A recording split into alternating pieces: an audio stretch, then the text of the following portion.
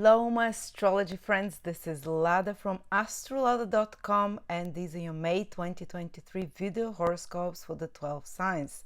And this month is big, and the three big events that are happening is the lunar eclipse in Scorpio, after that Mercury turning direct, and Jupiter moving for the first time in 12 years in Taurus. We'll speak about each three of those events, how they affect each of the 12 signs, and of course the eclipse being the most important one will affect only those that have a planet within 2-3 degrees of the eclipse itself, but also whatever house it affects. But to know this, how exactly any of this will affect you, it's best not just to watch those videos, but to check your personal transits on my personal transit calendar, which I've created for you. It's for free every 7 days. It updates itself, or you can buy for $6 just a whole month to see absolutely all the transits that you have ahead, how each transit will affect you specifically. No transit ever affects another person in the world the same way like you, or at the same time, unless you have a twin born within 1 minute of you. Then no one else in the world will have the same influences at the same time like you. That's why your personal transits are so much more important than those general videos, which can still give you an idea, but more specifically, use that tool I have created for you. It's so affordable, and for most people use it for free. We have 70,000 approximately people using it daily. Anyway, let's look ahead, because what will happen with the 12 signs. Sagittarius, Sun, Moon, Rising, May 2023. The month starts on the 4th or 5th of May with an eclipse in your 12th house, Sagittarius. And usually it does not directly affect you unless you have planets in Scorpio. And a lot of Sagittarius have sometimes Mercury or Venus in Scorpio. But for you to know if this eclipse directly affects you and can turn your life in a big way around, check out my transit calendar, personal transit calendar, where you're going to see if on the day of the eclipse, 4th or 5th, the eclipse is conjunct anything in your horoscope. Then it's a big deal. Read what will happen. But otherwise, this eclipse affects your 12th house, which is kind of more the hidden, the subconscious. It can really kind of open a gate, because eclipses are caused by the north and south node of the moon, which are like psychic gates to the invisible worlds. And the 12th house is a psychic gate to the invisible world already, because it connects you with ancestors and so on. So you might feel quite intuitive around that a few days. But it also opens gates to the lower astral, not just the higher inspirational realms. So there might be a more inflow of unexplainable moods, unexplainable psychic feelings, of premonitions or forebodings, and those might not be true at all either, especially if they're coming from the lower astral realms. So if you're feeling more worried around those days, it's a possibility when the 12th house is triggered, more worried, more sensitive, more anxious of some sort, is because these gates are open for a few days around the eclipse to the lower astral, the two lights. This time the moon is being eclipsed, so it's just less, let's say, it feels less comfortable, less clear, a bit more confused. So just be aware that these are possibilities. And sometimes the 12th house, though, on a positive level, how it can affect 12th house is a moksha house of releasing things. So is this eclipse.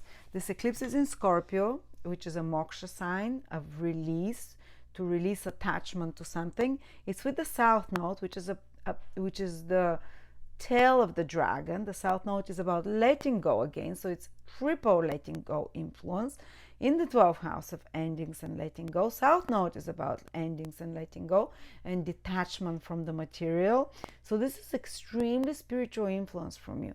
It can allow you very easily to detach from something material you've been attached to. You've always, thought, oh, that's mine, or this or whatever. And Scorpio is like anything that is toxic, that is stagnant. Scorpio is like stagnant emotions, stagnant feelings that are locked in trauma that you can release, because this is a psychological house. You can have a big psychological purging or cleansing through this eclipse. that you're being released from. You can be released, and you can cleanse or release some kind of a poisonous substance or addiction from your life, psychological, emotional, mental. All addictions are mental obsessions. The physical is very little in most of them. So this is because the moon is the mind. It's, you know, the ultimate positive possibility from this eclipse is to be released from some obsessive thought patterns. And the 12th house is the house of mental health or unhealth. So for a little bit, for some of you might feel like you're a little bit getting a bit anxious or crazy, or a little bit your mental health is not so good around the eclipse. Just be aware it's a possibility because of this combination. But ultimately as well, some of you might have like a breakthrough with this eclipse to release something that has been keeping them hostage or has been keeping them locked in their own prison, because 12th house rules prisons, especially psychological prisons. But it might be even an actual physical prison of some sort that you're released through this eclipse. Or that you, in worst case scenario, is it can intensify any kind of addictive tendencies. But because it's with the south node and it's full moon, which is about illuminating, but of course the full moon is being eclipsed, so it's about losing your mind about something for a little bit, the worrying feelings, losing your mind. But ultimately, even that can lead to releasing the pent up feelings and emotions. Okay. Not the easiest energy, but it's not directly, again, as I said, affecting your life like your health, or it's going to turn your life around 180 degrees and tomorrow you're divorced, or something like that. It's more like a spiritual, psychological influence on you. Those of you who meditate, who have spiritual activities of any sort, this is a very powerful time if you want to access to astral worlds or to other dimensions. You just have to be, again, careful, because it opens doors to lower and higher areas. And you can just make a list of what you want to release from your life and burn it. Well, with Scorpio, I don't know, something, destroy it in some way, but release it in some way as well, because this is very much such kind of influence of releasing the old.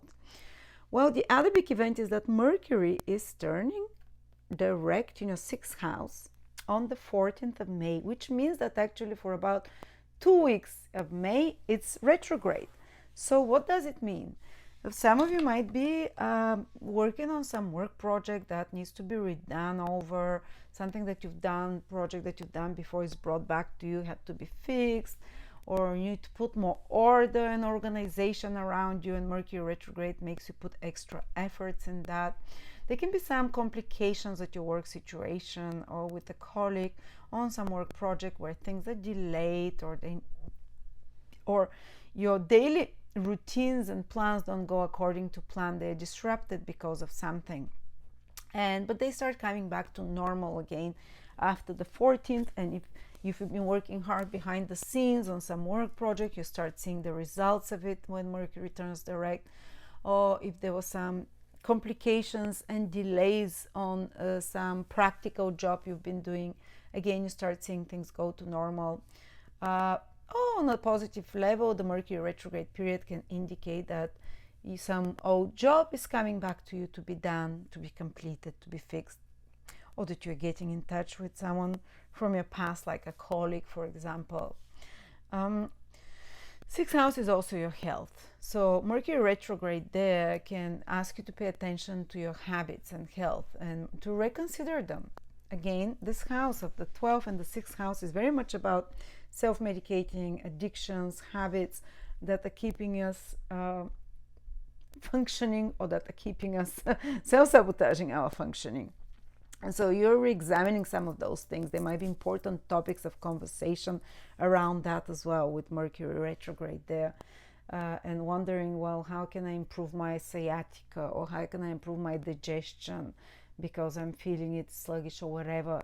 And you start reading up on such things, looking for alternative methods, trying out alternative supplements, or a different diagnosis, or a different doctor that can give you a different result, But sometimes you might be misdiagnosed when Mercury is retrograde, unless this is a second or third opinion, then it can go better. While if it's first opinion, there can be some complication or confusion there. And a sixth house is also making, when Mercury is retrograde, they are asking you to be aware, to reconsider your diet, your health, maybe start replan, make a different plan for exercise or for lifestyle changes. And of course, because it's work, some of you might be thinking, am I in the right work position? There's some extra stresses around work. It's very rare that Mercury retrograde in the sixth house will bring a new job or you leaving a job, unless there is some planets you have in Scorpio or Taurus that Mercury directly affects. For this, you need a personal horoscope with any of the readers on the website, or to check your personal transits. But usually it might be just something that you have to change or fix in your work environment and in your daily habits that you have to disrupt. So say if you always wake up at a certain time, these are your daily habits, Mercury retrograde there can make you change that. You wake up a different time, or you kind of incorporate some different food, or some your habits or routines can be disrupted, or you might disrupt them so you change something different. Or with your work as well, your daily routines at work might be disrupted in some way. The normal flow of your work might be disrupted, maybe because you have to work with a new software, or maybe there is some complications there with your software or with some other aspect of your work, and because of that it gets disrupted, like I'm about to get disrupted by my kids. Sorry about that. Just talking about that, and it's happening. But the other big event is that Jupiter is entering your sixth house. You see what an important the sixth house is there, and it's going to be there for a whole year. So it's going to bring a lot of understanding and knowledge about sixth house matters. So it can bring healing of some health issues for some of you. And Jupiter is you. Wherever Jupiter goes, you follow it. Till now, for a year, Jupiter was in your fifth house. Maybe a lot of you more in a positive party mode. But now it's time to enter into the mode of the disciple, of the student, the fourth house, to start working harder. And actually, you'd be willing, you'd want to immerse yourself in work. You might find a job, for example, when Jupiter enters your fifth house, not sixth house, not immediately, but in the next 1 year, you can find a job that feels great for you, that is the right fit for you. For example, if you've been on a maternity leave, Jupiter enters your sixth house. So sometime in the next year, you can find the job you love again. Or if you haven't worked, or if you're in the wrong job, Jupiter can help you find the right one that exhilarates you, that feels right for you, and that you're invested in, and the right type of service, even if you're not starting a job where you're getting paid or employment, because some people don't need to. You might find something that you give service that you feel very meaningful, and expand your service to others. Like I have a friend, she started cooking for homeless people, and now Jupiter is edging towards her sixth house, and she says, like, I was doing it once a month, but I want to start doing it and giving back to those in need, which is the sixth house, those the poor, whatever. You can be more generous with such people. And she says, like, I want to do a lot more of this. And she says, I also want to find a job that feels meaningful now again, something to be useful. And I said, don't worry, the moment Jupiter enters in Taurus, you as a Sagittarius rising, you'd find something. Plus Jupiter, if you're already in the right career, Jupiter can improve the circumstances, give you more work. If you have your own business, you can expand the business. You can make it grow.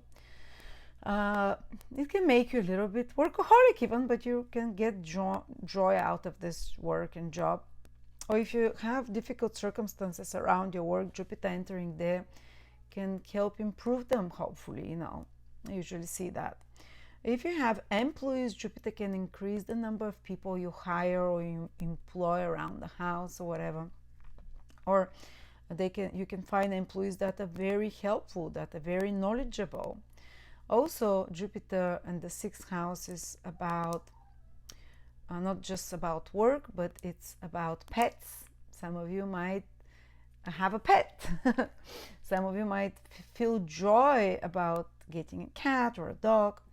Others might find joy in helping others in need, I said. And the sixth house is the house of health and health routines. Jupiter can really make you passionate about cleaning, being organized, but also more hygienious, taking more care of your hygiene, maybe starting to brush your teeth more often, or getting passionate about supplements. Sixth house is anything to do about how to maintain your health, and Jupiter is knowledge, so you might come across the right knowledge and information about the health situation in your life, about getting more knowledge about an addiction, or more knowledge about health situation and health habits that are causing certain health issues about. And Jupiter illuminates, bring understanding, knowledge about such matters, hopefully healing as well.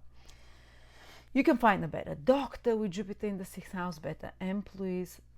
If you're hiring someone to build house or to do something around your house, Jupiter helps you find the right help, the right people. These are all sixth house environments.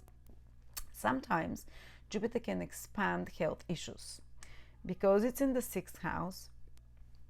It can make you more aware of certain health issues because Jupiter is more of, but with this awareness, it makes you also more willing to invest your attention and your own energy, because you're Jupiter, and to find solutions about that.